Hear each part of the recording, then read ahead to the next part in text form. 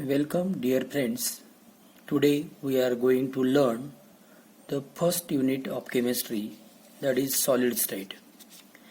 As already we learned in the 11th class the two physical states, liquids and gases.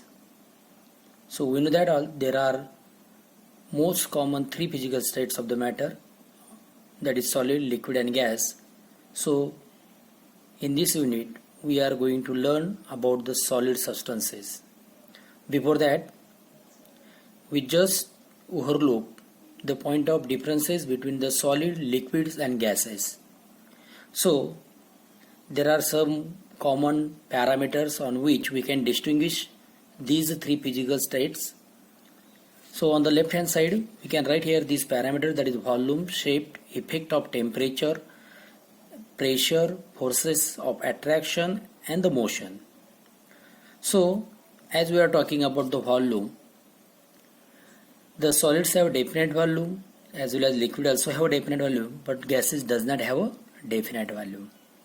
In case of shape, the solids have a definite shape but liquids have a shape but they does not have a definite shape. It means what? That is, the liquid substance, whenever we pour in any vessel, it acquires the shape of that vessel. So that's why we can say that it does not have a definite shape but it have a shape, while the gases does not have a particular shape.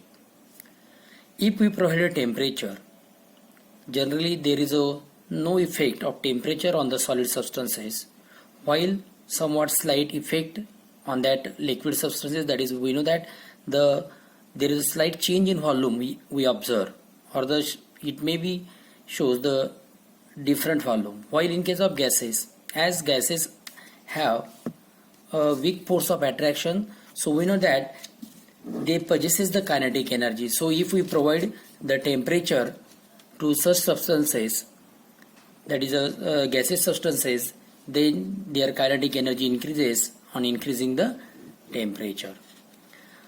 The effect of pressure. In case of solids, we know that they have a compact structure, so they are non-compressible, so there is no effect of pressure. While in case of liquid, there is a slight compressible nature, and that's why there is a somewhat effect of pressure is observed. While in case of gaseous substances, they are highly compressible. Next one, that is the forces of attraction. If we are talking about the forces of attraction, in case of solids, the constituent particles in that solid substance are strongly attract to each other. That's why they have a fixed three-dimensional geometry, and that's why here we can say that there is a strong force of attraction between them. While in case of liquids, there is a weak force of attraction, and in case of gaseous substances, there is a very weak, or we can say there is a negligible force of attraction between the gaseous substances. In case of motion, as the solid substances, there is a strong force of attraction, so they are motionless, while in liquids we observe that there is a somewhat motion, or we can say that is they shows the fluidity but within the liquids, while the gases have a very weak force of attraction, so they are randomly move, and so their motion shows the motion. So all these are the point of distinguish between solid, liquids and gas. Now as we are talking about the solid substances, so whenever we use the word that is a constituent particle, smallest constituent particle in this unit, at that time we can consider that these constituent particles are nothing but either they may be atom, ions or molecules. So as we are talking about the solid substances, so these solid substances are classified into two categories, or we can say there are two types of solid substances, that is a crystalline solid and the amorphous solid. So again here we are going to distinguish the point of differences between these two, that is a crystalline and the amorphous solids. So again here I am showing you, that is on the left hand side of this paper, here we observe that is a point of distinguish between this crystalline solid and the amorphous solid. So one by one we distinguished it between them. So as we are talking about the shape, the crystalline solid shows the fixed and three-dimensional geometrical shape, while in case of amorphous solids, they does not have a fixed shape. While as we are talking about the arrangement, the crystalline solids have a definite repeating pattern arrangement, while the amorphous solids shows the irregular arrangement of constituent particles inside it. In case of crystalline solids, as we are talking about the arrangement, we observe that there is a uniform arrangement of constituent particle inside these crystalline solids. While the next one parameter, that is the cleavage.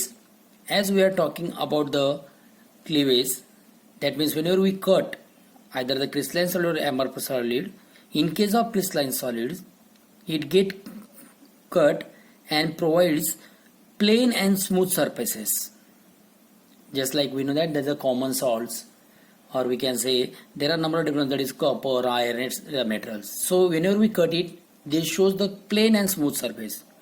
While the amorphous solids, these whenever we cut them, they show the irregular surface.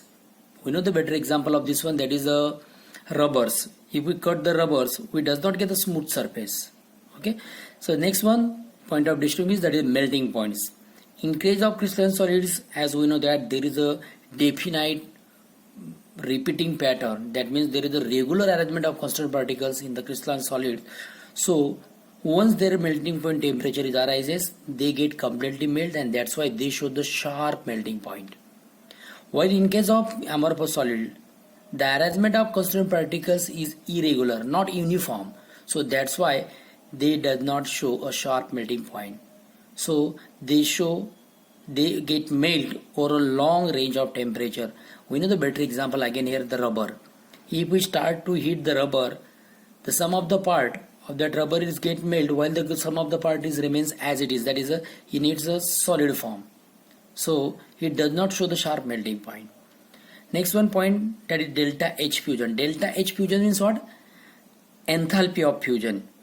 So we learn this enthalpy of fusion in the thermodynamics.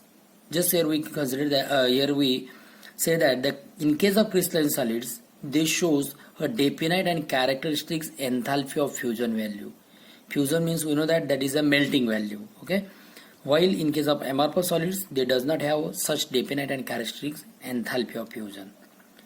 Next one important property regarding these solids, that is anisotropy. We learn about this one in the next part. So the crystalline solid shows the anisotropy, while these amorphous solids are non-anisotropic. That means this shows the isotropy. Next one, that is the nature.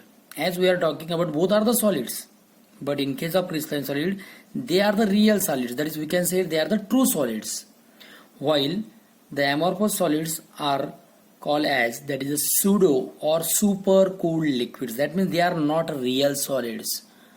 The examples of these, that is in case of crystalline solids, here we can say copper, silver, iron, common salts, zinc sulfide, potassium nitrate, naphthalene, benzoic acid, etc.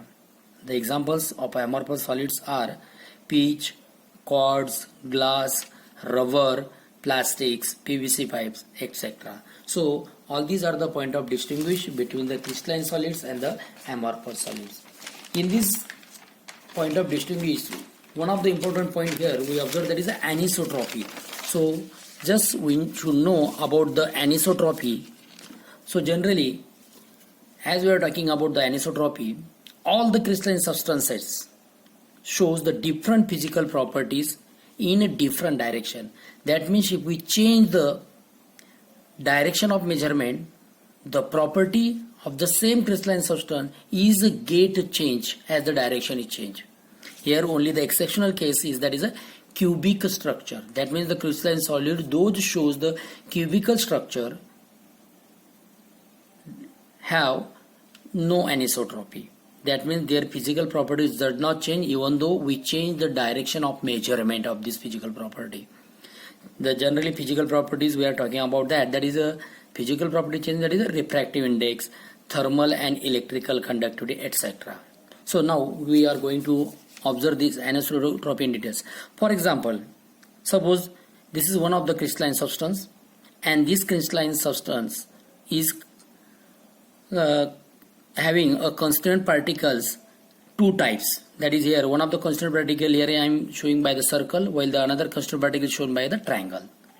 So as it is a crystalline solid, so obviously we know that there is a regular arrangement of these constituent particles in the crystalline solid. That is, alternatively here we can observe that circle, triangle, etc. in the rows as well as in the columns. Okay, that is horizontally and vertically. So now look here.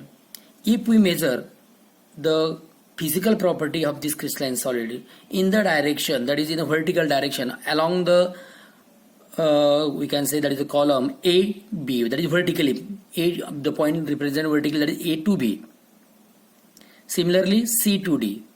Now if we look here, in this direction, here, even though this crystalline solid contains two types of constant particles, but along this line, only one type of constant particles along the direction AB.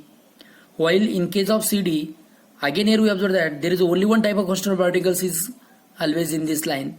That means even though we measure vertically, but along the line AB only the constant particles which represent circularly are on this line, while along the line CD there is a triangular constant particles.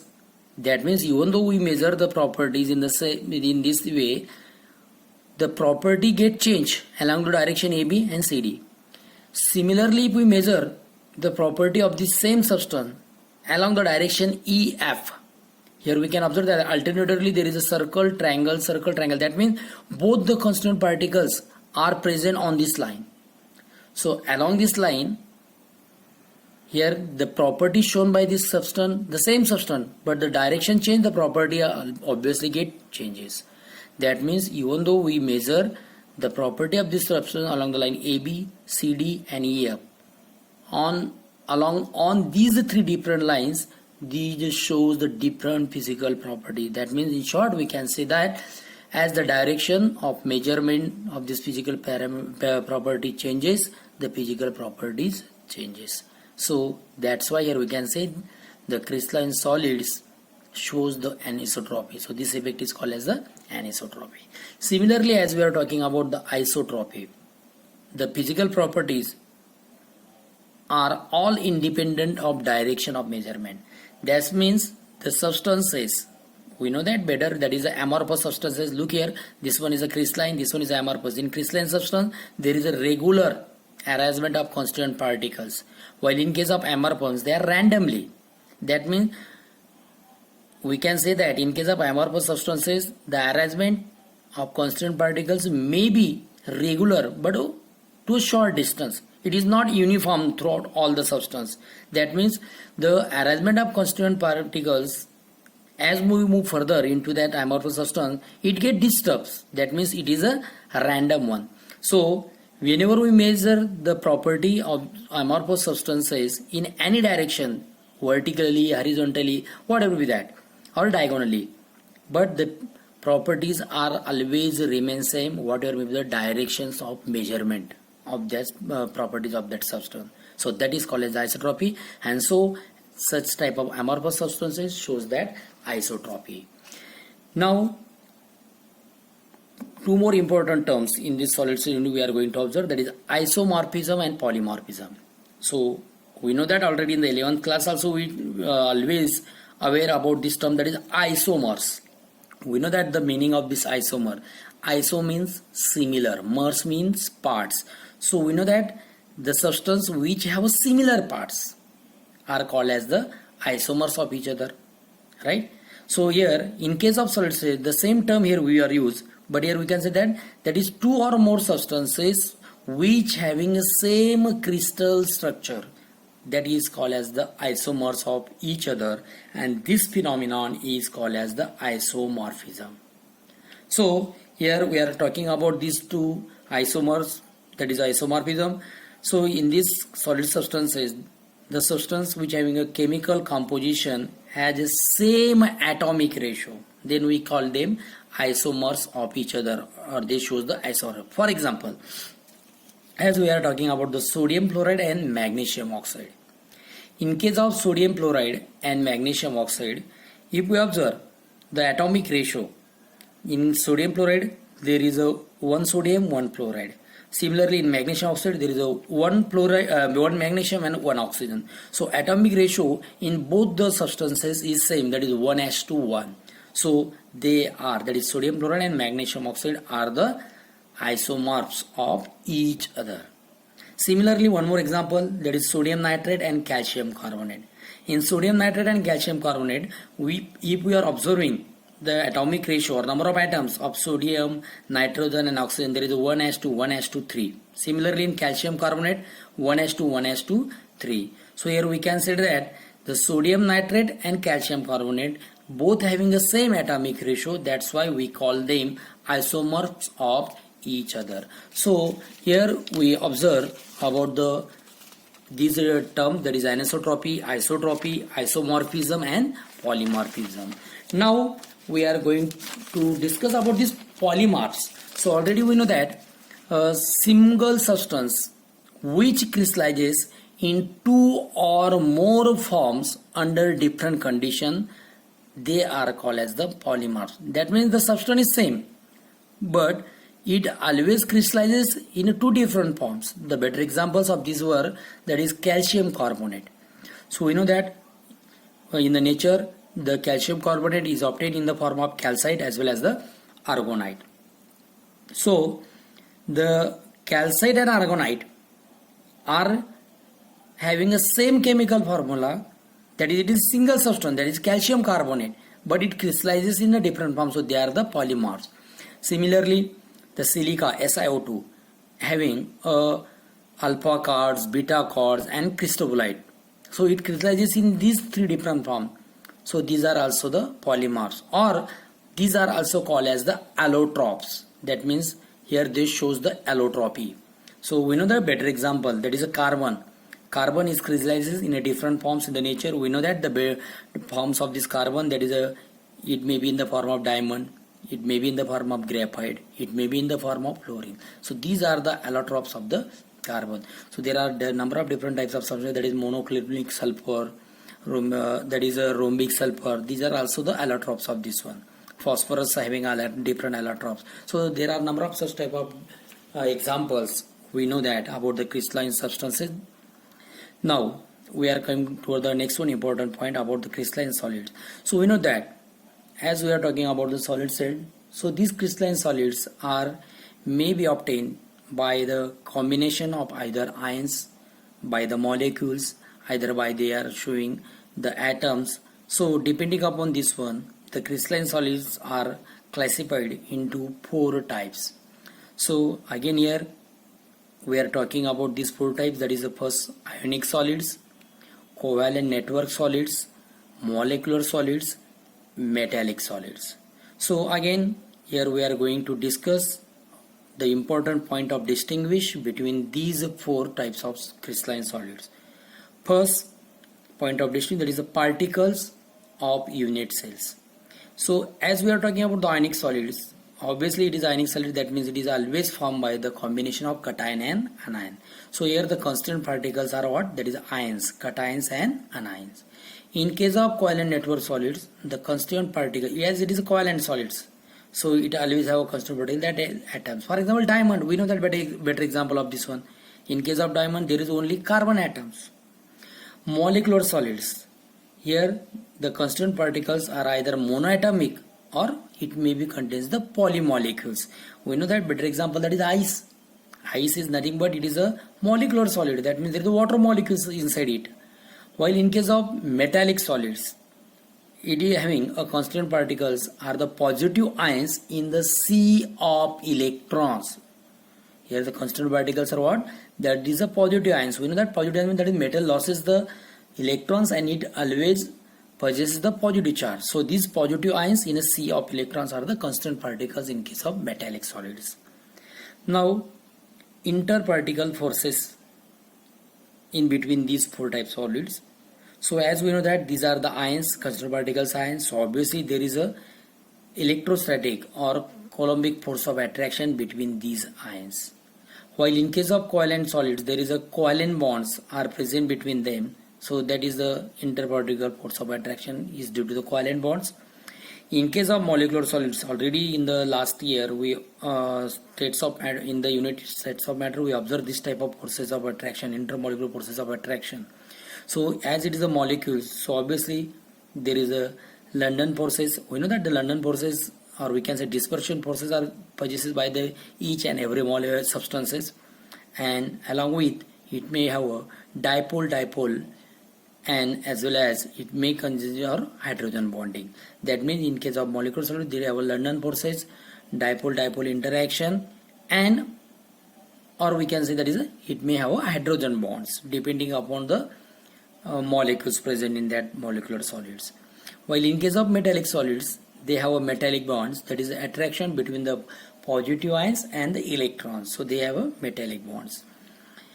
Now next one point, that is a hardness. So as we are talking about the hardness, so ionic solids, due to the strong electrostatic force of attraction, they are hard and brittle, while the covalent network solids are very hard and the molecular solids are soft, while the metallic solids are variable from soft to very hard. So they are show the different that is, it may be somewhat soft or it may be hard. Some of the metallic solids are there. Melting points. As we are talking about the melting points, these ionic solids have a high, that is 600 degrees centigrade to 3000 degrees centigrade, while the covalent network solids have a higher, that is a 1200 degrees Celsius to 4000 degrees Celsius, while the molecular solids shows the lower melting point, that is from 272 to 400 minus 270, that is 272 to 400 degrees Celsius, while these metallic solids shows the minus 39 degrees Celsius to 3400 degrees Celsius melting point. So all these are about the melting points. Next one important property, that is thermal and electrical conductivity.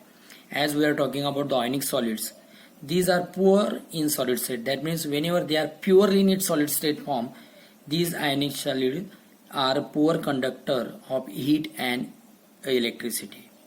Okay, but whenever they are present in its molten or in aqueous solution, they are the good conductor of electricity.